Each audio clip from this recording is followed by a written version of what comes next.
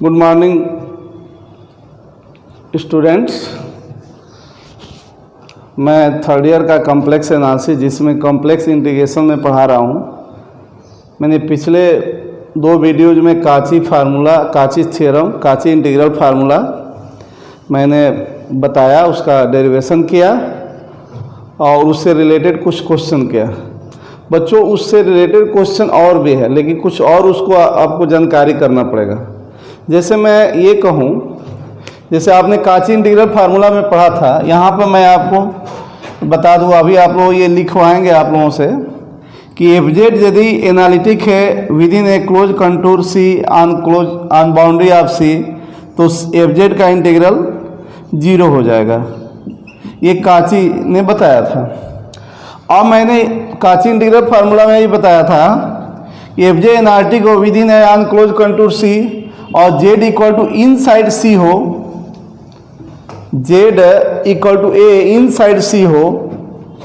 दिख रहा है ना आप लोगों को, C close contour Z equal to a inside C हो, तब एफ जेड बाई जेड में से ये तो एनालिटिक नहीं हुआ सी के अंतर्गत, एफ जेड बाई जेड में से एफ जेड एनालिटिक हो सी के अंतर्गत ऑन सी, लेकिन Z equal to a inside C हो, तो एफ जेड बाई जेड में से तो एनालिटिक नहीं हुआ पूरा, तो ये 0 नहीं होगा।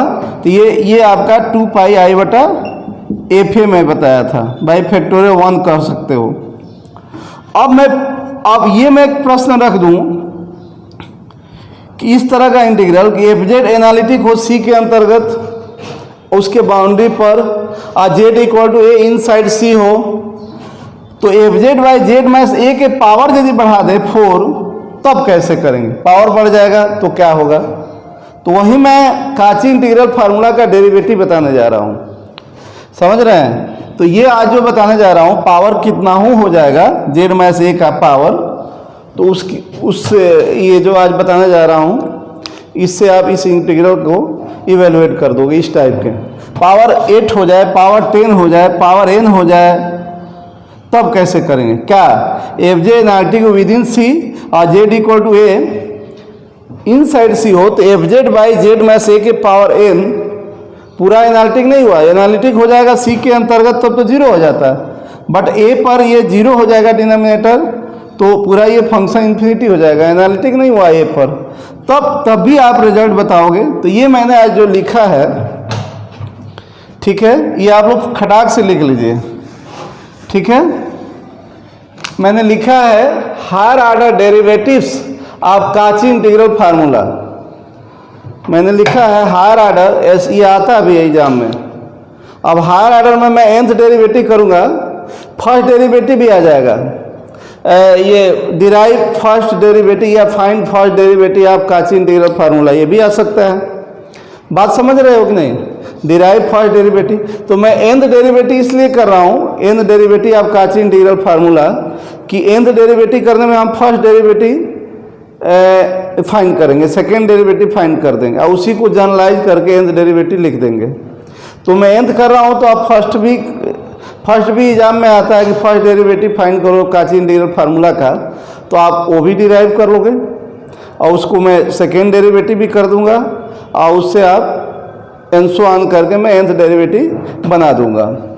तो मैंने वही लिखा है हायर ऑर्डर डेरिवेटिव। अब किसी फंक्शन का किसी पॉइंट पर nth डेरिवेटिव आप जानते हो, तो कोई डेरिवेटिव आप कर लोगे, n इक्वल टू 10 रख दोगे तो 10th डेरिवेटिव हो जाएगा, n इक्वल टू 12 रख दोगे तो 12th डेरिवेटिव हो जाएगा, n इक्वल टू 20 रख दोगे 20th डेरिवेटिव हो जाएगा।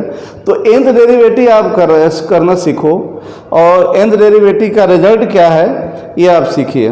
तो मैंने यही लिखा है, वही स्टेटमेंट है, if a function F Z is analytic within and on close contour C. F Z तो बच्चों एनालिटिक है within and on close contour C, C के अंतर्गत जितनी पॉइंट है और सी के बाउंड्री पर जितनी पॉइंट है उस पर तो एफ जेड एनालिटिक है।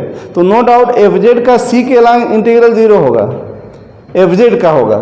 बट एक चीज मैं इसमें डाल दिया हूँ, and A is any point, a Z equal to a भी लिख सकता था, ए कोई कॉम्प्लेक्स पॉइंट है, is any point within C, a Z equal to a कोई पॉइंट है सी के अंतर्गत, then derivatives of all orders are analytic. निश्चित है कि एफ जेड जो है एनालिटिक है, तो उसका कोई भी डेरिवेटिव एनालिटिक होगा।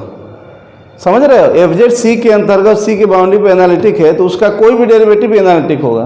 तो ये मैंने लिखा है the derivatives of all orders are analytic and are given by F N A. F N A का मतलब एफ जेड का N derivative at point Z equal to A. F N A का मतलब क्या हुआ? एफ एन ए का मतलब F Z का nth derivative at point Z equal to a. हम ऐसे भी लिख सकते हैं एफ एन ए का मतलब D N by D Z N of F Z at Z equal to A. F N A का मतलब समझ गया? तो nth डेरिवेटिव ये हो जाएगा, मतलब वही काची इंटीग्रल फार्मूला का बच्चों क्या है, ये nth डेरिवेटिव है।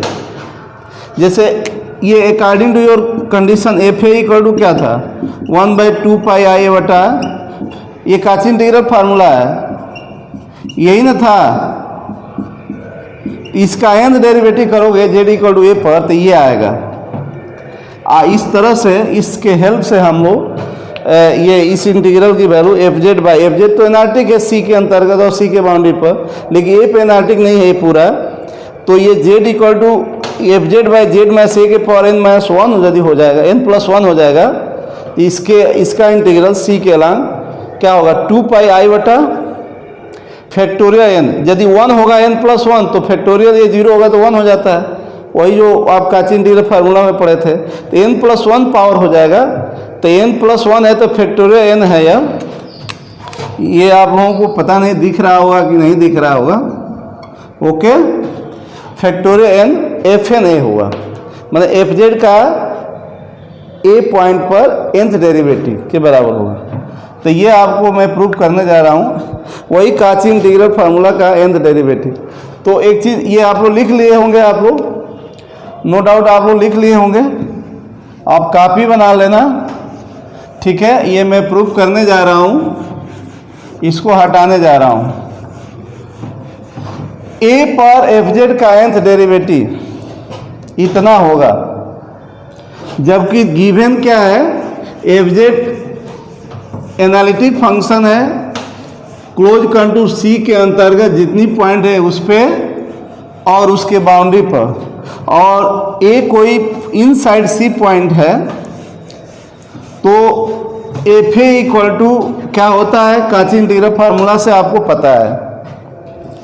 तो उसी का nth डेरिवेटिव करेंगे, तो पहले उस फार्मूला का फर्स्ट डेरिवेटिव करेंगे, उसके बाद सेकेंड भी कर देंगे ताकि हमको जनरलाइज करने में दिक्कत ना हो। आयंसो ऑन nth लिख देंगे। कैसा चलते हैं, आप लोग रिजल्ट नोट कर लिए हो। ये देखिए मैं प्रूव करने जा रहा हूँ, आप लोग ध्यान से समझिए, टाइम मैं दूंगा, आई होप आपको समझ में आता होगा। मैं प्रूफ लिखने जा रहा हूं।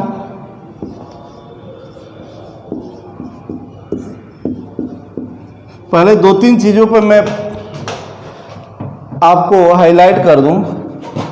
एफ डैश ए क्या होगा, यही होगी ना, limit at H approached to 0 F A plus H.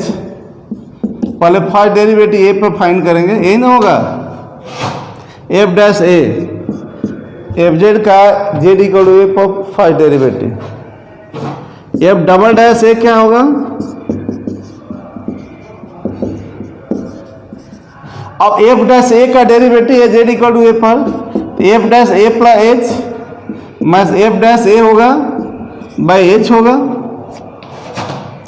तो हम फर्स्ट डेरिवेटिव ए पर निकालेंगे इससे, सेकेंड डेरिवेटिव इससे निकालेंगे, आयंसो nth लिख देंगे। कैसा, तो आपको पता है ना कि फर्स्ट डेरिवेटिव के लिए हम, ये तो क्लियर है कि एफ जेड, ये आप लोगों को दिया है कि एफ जेड एनालिटिक है within an unclosed contour C and A is a point inside C. तो काची इंटीग्रल फार्मूला से ये आपका क्लोज कंटूर हो गया, ये z equal to A inside point है, इसके neighbouring point A plus H ले लीजिए, ए प्लस एच ले लिया इसके नेबरिंग पॉइंट। तो वो तो गिवन है, वो कंसीडर कर लीजिए। यहां मैं लिख ले रहा हूं, let F Z is analytic function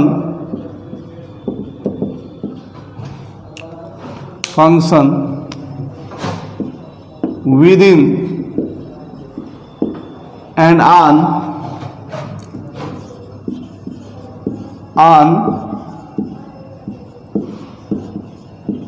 closed contour C, and ये गिवन है ना बच्चों, वही मैं लेट लिख दिया हूँ, and Z equal to A be any point inside C. ये गिवन है, थ्योरम जो मैंने स्टेटमेंट लिखा है ये गिवन है। तो by Cauchy integral formula,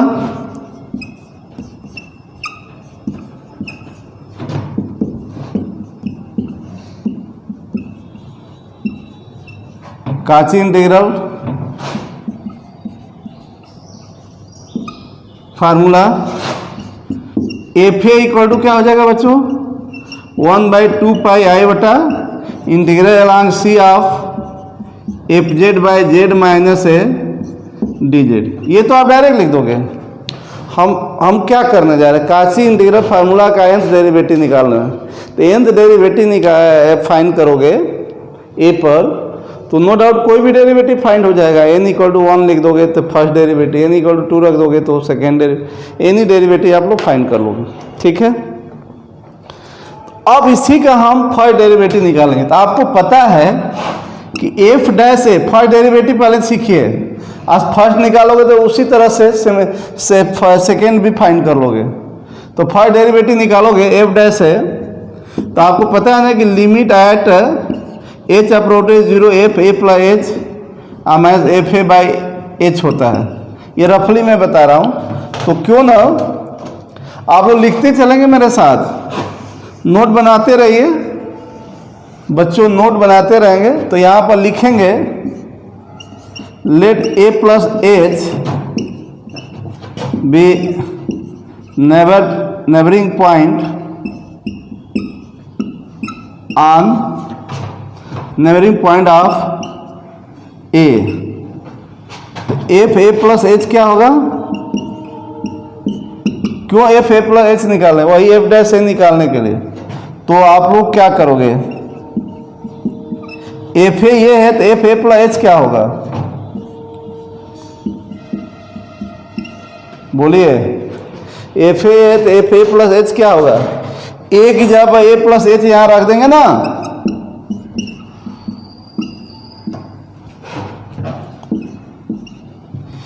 no doubt ये है। तो एफ ए इक्वल टू होगा कहाँ से, एफ ए इक्वल टू इतना होगा, F Z within an unclosed contour C के अंतर्गत एनालिटिक है और Z equal to inside C है। तो no doubt F A equal to ये होगा काची इंटीग्रल फार्मूला से। तो एफ ए प्लस एच कैसे होगा, जहाँ ए है वहाँ ए प्लस एच रख दिया, कोई दिक्कत। क्यों ये निकाला एफ ए प्लस एच, क्योंकि हमको पहले एफ डैश ए निकालना है, फर्स्ट डेरिवेटिव निकालना है। इसको मैं हटाने जा रहा हूँ, आप लोग मेरे साथ लिखते रहिए, लिखने के बाद पुनः लेक्चर सुन सकते हो, आपको पता है क्या करना है, मैनेज कर लीजिए। तो फर्स्ट डेरिवेटिव मैं फाइंड करने जा रहा हूँ, फर्स्ट निकल जाएगा तो सेकेंड निकाल लेंगे, सेकेंड निकल जाएगा तो जनरलाइज उसी को कर देंगे, समझ रहे हो। तो पहले आपको F A plus H minus F A by H कर दे रहा हूँ। अच्छा चलिए बाद में एच कर लिया जाएगा, ये चलिए मैं एच कर दे रहा हूँ। यहाँ लिमिट, चलिए एफ डैश ए पहले ही लिख दे रहा हूँ। F dash A is equal to क्या होता है, फर्स्ट डेरिवेटिव डैश है या limit at H approaches to 0 F A plus H minus F A by H, ये होता है। अब बच्चों अब ये लिमिट फाइंड करेंगे, ये लिमिट ऐसे लिखते रहेंगे 1 by H, F A plus H क्या है आप लोगों को दिख रहा है, 1 बाई 2 पाई आई बटा integral along C F Z by Z minus a, एक में कर दे रहा हूँ, ये देख रहे हो जेड में से, अब माइनस एच यहाँ लिख दे रहा हूँ, ये आपका D Z minus F a तो एफ ए 1 बाई 2 पाई आई बटा integral along C F Z by Z minus a था। नो डाउट आप लोग देखते रहे स्टेप बाय स्टेप, मुझे उम्मीद है कि आप लोग देख रहे होंगे, देखोगे बढ़िया से। बच्चों इसी का लिमिट फाइंड कर देंगे तो फर्स्ट डेरिवेटिव हम लोगों का फाइंड हो जाएगा, ठीक है। एफ डैश ए आप फाइंड करो फर्स्ट डेरिवेटिव, ओके।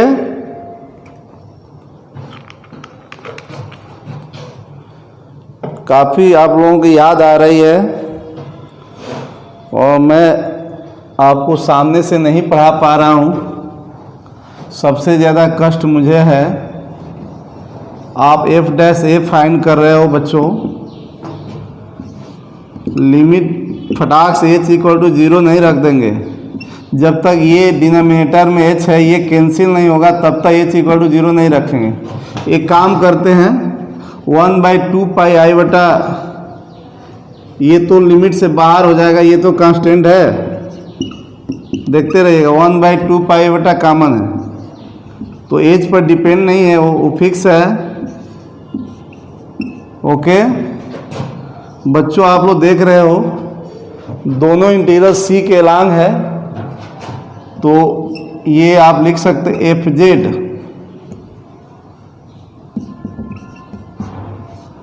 है ना,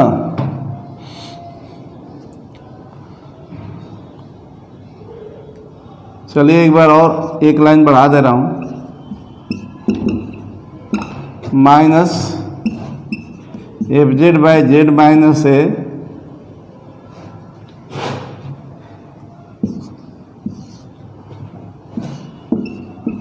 डी जेड। आई होप आप लोग समझ रहे होंगे। एफ डैश ए 1 बाई 2 पर, अब ये हो जाएगा ना तो आप लोगों को क्वेश्चन करने के लिए और ज़्यादा मिलेगा, तब आपको पूरा भरपूर मैं क्वेश्चन कराऊंगा, बहुत ज़्यादा क्वेश्चन कराएंगे, कोई कंफ्यूजन नहीं रहेगा, एक यूनिट है यह, समझ रहे हैं।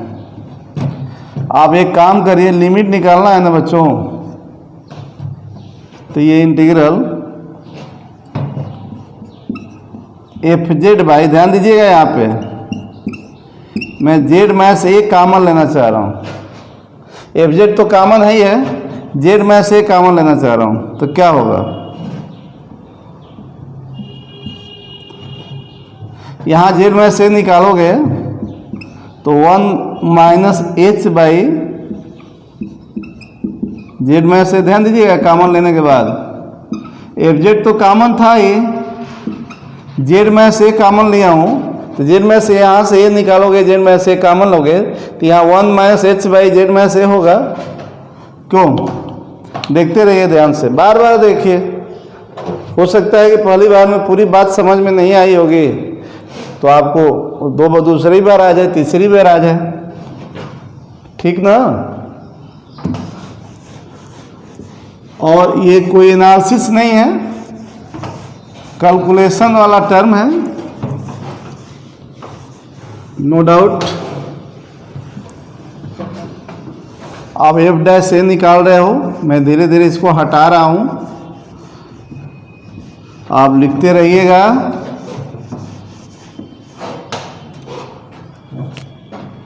Your f dash a becomes 1/2 बटा इंटीग्रल लॉन्ग सी fz/z-a, इसको हम लोग ऐसे लिख सकते हैं क्या, 1 - h/z-a, नुमरेटर में ले जाएंगे -1 पावर और -1। आप जानते हो ये फार्मूला है 1 - x टू द पावर -1 क्या होता है, 1 + x स्क्वायर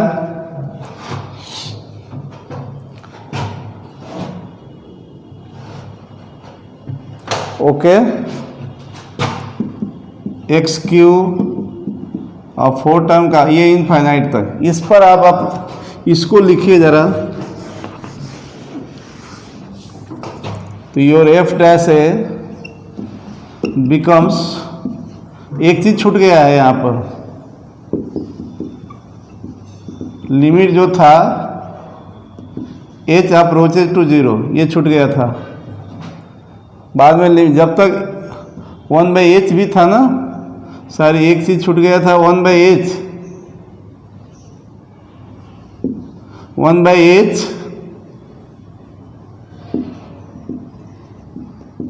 लिमिट 1/h छूट गया था, ये 1/h है,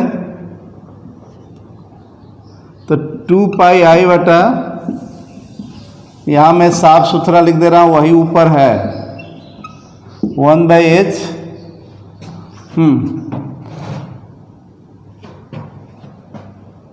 इंटीग्रल का भी साइन है ना, इंटीग्रल अलॉन्ग सी,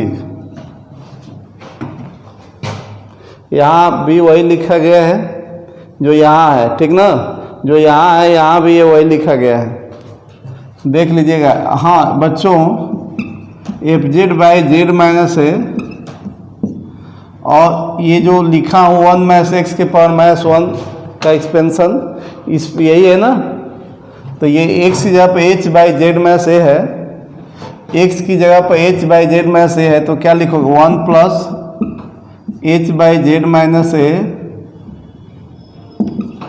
प्लस h² का स्क्वायर,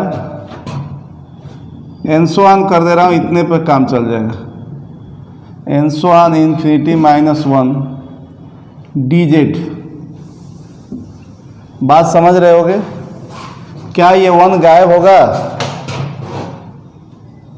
ये 1 इससे गायब होगा, तो जब ये गायब होगा तो योर f' बिकम्स 2πi बटा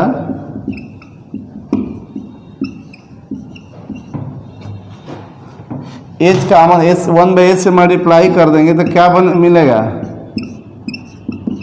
ध्यान दीजिएगा जरा, 1/h से मल्टीप्लाई कर देंगे तो क्या मिलेगा बच्चों, 1/z-a प्लस h/z-a का स्क्वायर। आगे आपको पता है एक टर्म मैं नहीं लिखा हूँ क्यू वाला, तो उसको लिखोगे और h से 1/h से मल्टीप्लाई करोगे तो h² का क्यूब आएगा, एंड सो ऑन dz। अब ये 1/h कैंसिल हो गया, तो h = 0 रखोगे तो क्या आएगा, 2πi बटा integral along C fz/z-a 1/z-a plus 0, h = 0 रखोगे, h approached to 0 and so on. तो बच्चों क्या आ गया, लिखते रहिएगा, और कोई भी टर्म ऐसा नहीं है कि एक्सप्लेन करके नहीं बताया जा रहा है, आप 1-2 बार देख लोगे अच्छी तरह से तो आपको आ जाएगा। आप बहुत समझदार बच्चे हो, तो आप हम लोगों का f' क्या आ गया, f' आ गया 1/, ये फैक्टर 1 भी लिख सकते हो 1 को, ये फैक्टर 1 2πi बटा, इससे मल्टीप्लाई कर देंगे तो fz/z-a का स्क्वायर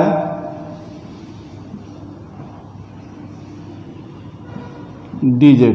ये आ गया एफ डैश है, फर्स्ट डेरिवेटिव, ये फैक्टर 1 है,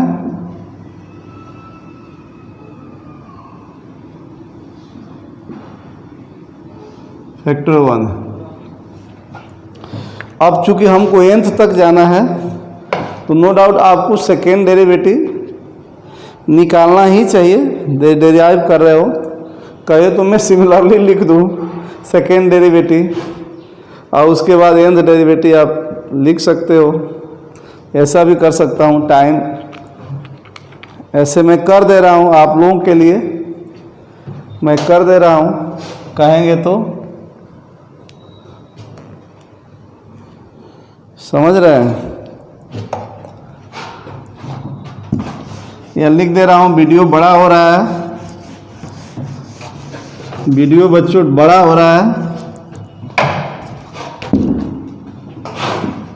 इसलिए मैं नहीं कर रहा हूँ। सिमिलरली एफ डबल डैश है, यहाँ फैक्टोरियल 2 आएगा, 2 पाई आई बटा integral along C F Z by Z minus a के पावर 3 हो जाएगा। एक बार और करोगे तो एफ ट्रिपल डैश है, थर्ड डेरिवेटिव फैक्टोरियल 3 2 पाई आई बटा integral along C F Z by Z minus a के पावर। बच्चों एक चीज़ बताऊँ, मैं थोड़ा समय बचाया हूँ, नहीं तो सेकेंड डेरिवेटिव करने के बाद वास्तव में लिखना चाहिए। And so on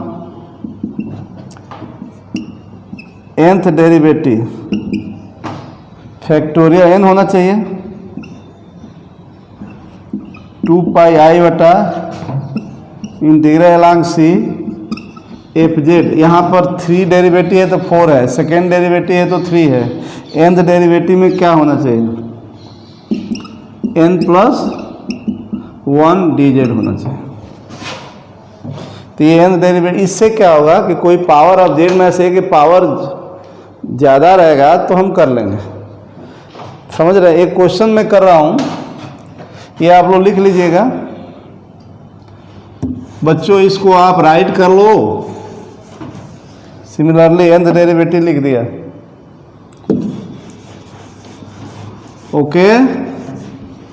I hope कि आप लोग बढ़िया से वीडियो देखोगे, समझोगे, ठीक ना। ये जैसे मैं एक क्वेश्चन लिख रहा हूँ, इवैल्यूएट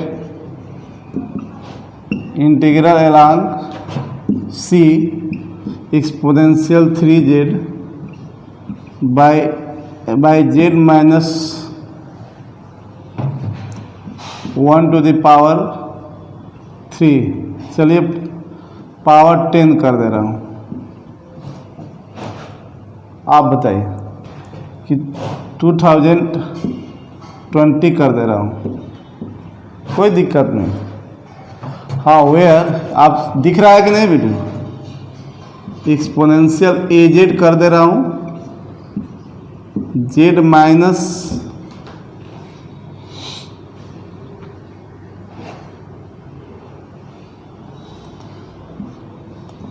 टू के पावर 2020 कर दे रहा हूँ। अनगिनत क्वेश्चन बन जाएगा बच्चों, अनगिनत बन जाएगा, आप भी बना लोगे जब आप समझ जाओगे तो। ये आपको फाइंड करना है, where C is mod z equal to 3।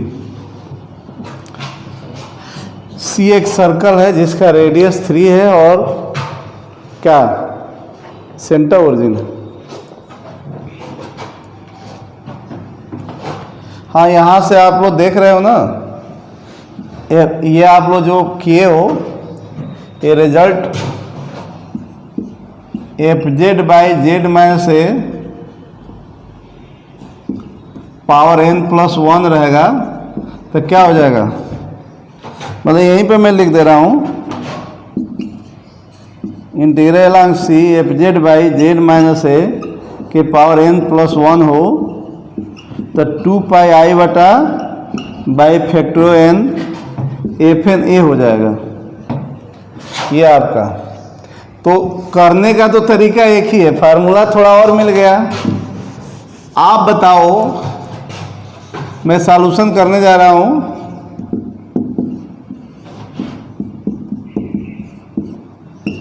Exponential aged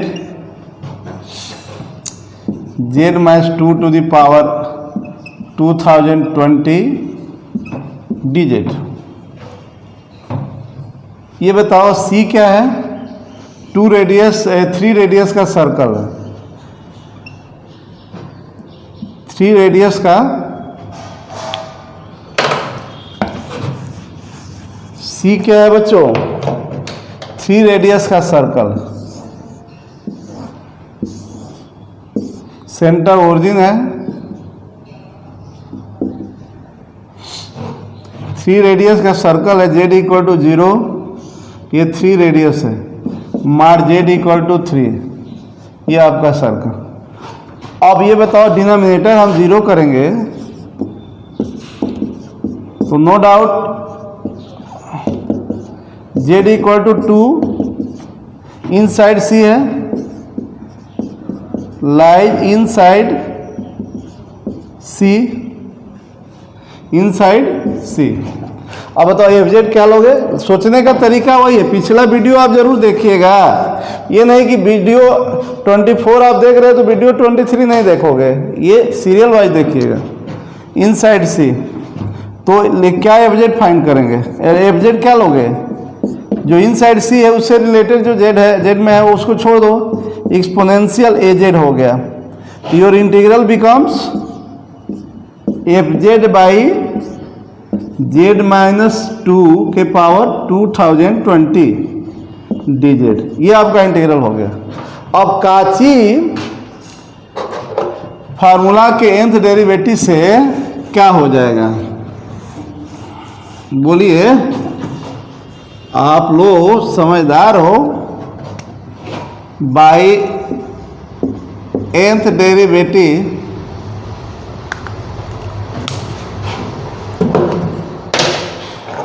by nth derivative of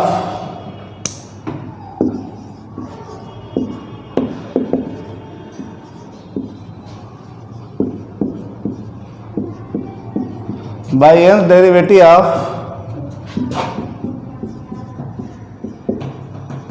Cauchy integral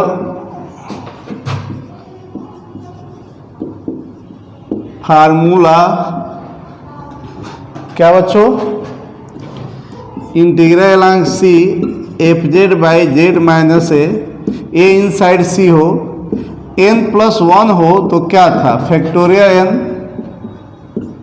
2 pi आई बटा F N A. F N A का मतलब आप ऐसे भी लिख सकते हो, फैक्टोरियल n 2 पाई आई बटा D N by D Z N F Z at Z equal to a, ऐसे भी लिख सकते हो। अब आपका सवाल ये उठता है कि ए क्या है, तो देयरफॉर ये इंटीग्रल क्या हो जाएगा? देयरफॉर ये इंटीग्रल क्या हो जाएगा? आपका इंटीग्रल आई है, एफ जेड क्या है आपने नोट कर लिया है, 2020 dz। तो फिर यहाँ पर n आपका क्या है?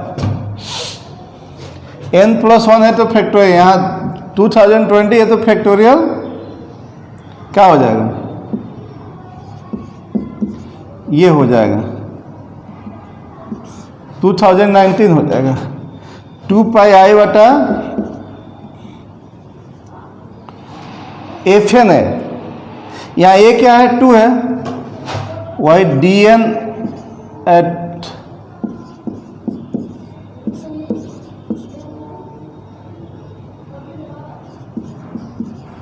एक्सपोनेंशियल ए जेड था ना, एट जेड इक्वल टू 2। पहले डेरिवेटिव करके ना पॉइंट रखेंगे हम लोग, एट जेड इक्वल टू 2, यही ना होगा। एक क्वेश्चन में दिखा दे रहा हूं, तो 2019 का फैक्टोरियल में ही रहने दो, 2 पाई आई बटा। अब आपको पता है जैसे हमने प्रीवियस में बताया कि dn एक्सपोनेंशियल ax, ये फार्मूला लिख रहा हूँ a to the power n exponential ax, तो ये हम यूज करेंगे तो आपका आई हो गया, मतलब रिक्वायर्ड इंटीग्रल 2019 का फैक्टोरियल बाय 2 पाई आई बटा कितना होगा, यहाँ पर nth डेरिवेटिव आपने ये बता दिया, तो 2019 a टू द पावर 2019 होगा और एक्सपोनेंशियल az, यही ना होगा, एट z इक्वल टू 2। अब 2 रख देना है, अब क्या रख देना है, मैं विधिवत किया, आप समझदार होंगे ना तो आप बात को जब समझ लोगे, आप सारी बात को समझ लोगे तो निश्चित है कि आप कोई भी क्वेश्चन कर लोगे। आपका इंटीग्रल क्या हो जाएगा बताइए, 2019 का फैक्टोरियल बाई 2 पाई आई बटा आप a to the power 2019 a की जगह z इक्वल टू 2 रख देंगे तो एक्सपोनेंशियल 2a हो जाएगा। This is your value of given different integral. तो मैं इस टाइप का क्वेश्चन मैं नेक्स्ट वीडियो में करूँगा, ठीक है। आप लोग समझिए, इसको बार बार देखिएगा, सब्सक्राइब करो, लाइक करो, कमेंट करो, कोई प्रॉब्लम है तो। Thank you. कल एक स्टूडेंट जो है क्वेश्चन नंबर 3 जो है मैंने किया था, वो कह रहा है कि 2 पाई आई बटा शायद इसका रिजल्ट आएगा। नहीं, मैंने जो लाया था 4 पाई आई बटा वही आएगा, ठीक ना, वो सही है। जितना मैंने क्वेश्चन किया उस कहीं गलती नहीं हुआ है। हो जाता है, गलती भी हो जाता है, ये मैं मानता हूँ, कहीं जल्दीबाजी में छूट भी जाता है, तो आप वो सुधार करो, लेकिन मैं किया हूँ वो सही है, ठीक है। Thank you.